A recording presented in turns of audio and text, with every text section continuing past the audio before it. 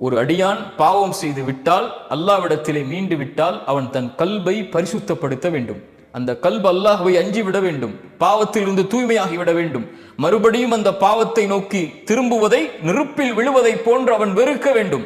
ஒரு பாறை அவனை நோக்கி உருண்டோடு வந்தால் எப்படி மரணத்தை பயப்படுவானோ அது போன்று மறுபடியும் அந்த பாவத்தை அவன் செய்வதை தூய்மையாக்கியதற்கு பிறகு அவன் அஞ்ச வேண்டும். ஏன்?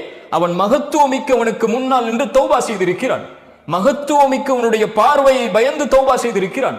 அந்த மகத்துவமிக்கவனுடைய பார்வை மறுபடியும் அவன் மீது பாவம் செய்யக்கூடிய நிலையில் விழக்கூடாது என்று அவன் பயப்படுவான். அதனால் அவன் தூய்மைப்படுத்துவான்.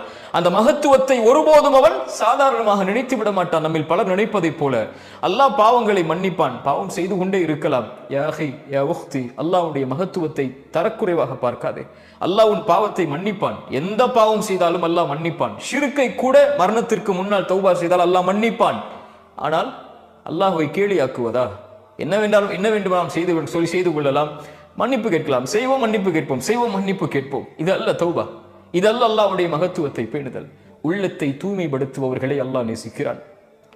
உங்களுக்கு தெரியுமா, சொர்க்கம் சுத்தமான பூமி. அந்த சுத்தமான பூமியில் சுத்தமான உள்ளத்தை உடையவர்கள் மட்டும்தான் நுழைய முடியும். இந்த கூட்டத்தை உடையவர்கள் மட்டும்தான் நுழைய முடியும். சொர்க்கத்தில் ஒரு புள்ளி, ஒரு கடுகளவு பாவம் உள்ளவன் கூட சொர்க்கத்தில் நுழைய முடியாது.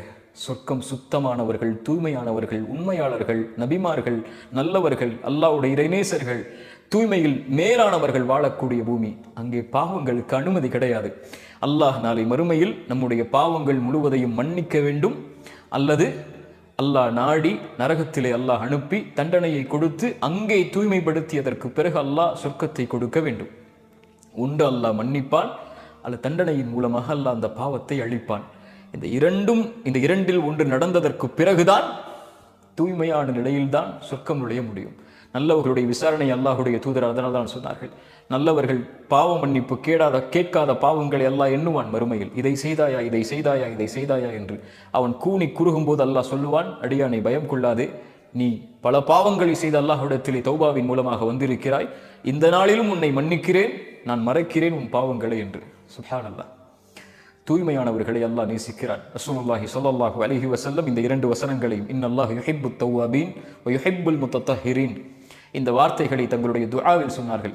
ரசூலுல்லாஹ் சொன்னார்கள், ஒருவர் உது செய்து விட்டு யார் ஒருவர் அஷ்ஹது அல்லா இலாஹ இல்லல்லாஹ் வஹ்தஹு லா ஷரீக லஹ் வ அஷ்ஹது அன்ன முஹம்மதன் அப்துஹு வ ரசூலுஹு என்று கூறி, அல்லாஹும்ம ஜஅல் தவ்வாபீன் வஜஅல்னி மினல் முத்தத்தஹிரீன், யா அல்லாஹ் என்னை தௌபா உடையவர்களில் ஆக்கு, உன்னை நோக்கி மீண்டு வரக்கூடிய மக்கள் என்னை ஆக்கு, என்னை தூய்மையானவர்களில் ஒருவராக ஆக்கு, என் கல்பாலும் உள்ளத்தாலும் உடலாலும் என்று பிரார்த்தனை செய்கிறார்களோ சொர்க்கத்துடைய எந்த வாசல் வழியாகவும் அவர் நுழைந்து கொள்ளலாம் என்று அல்லாஹ்வுடைய தூதர் ஸல்லல்லாஹு அலைஹி வஸல்லம் அவர்கள் சொன்னார்கள். தூய்மையை அல்லாஹ் நேசிக்கிறான், தூய்மையானவர்களை அல்லாஹ் நேசிக்கிறான். உள்ளத்தில் தூய்மையானவர்களை அல்லாஹ் ரப்புல் ஆலமீன் மிக மிக நேசிக்கிறான்.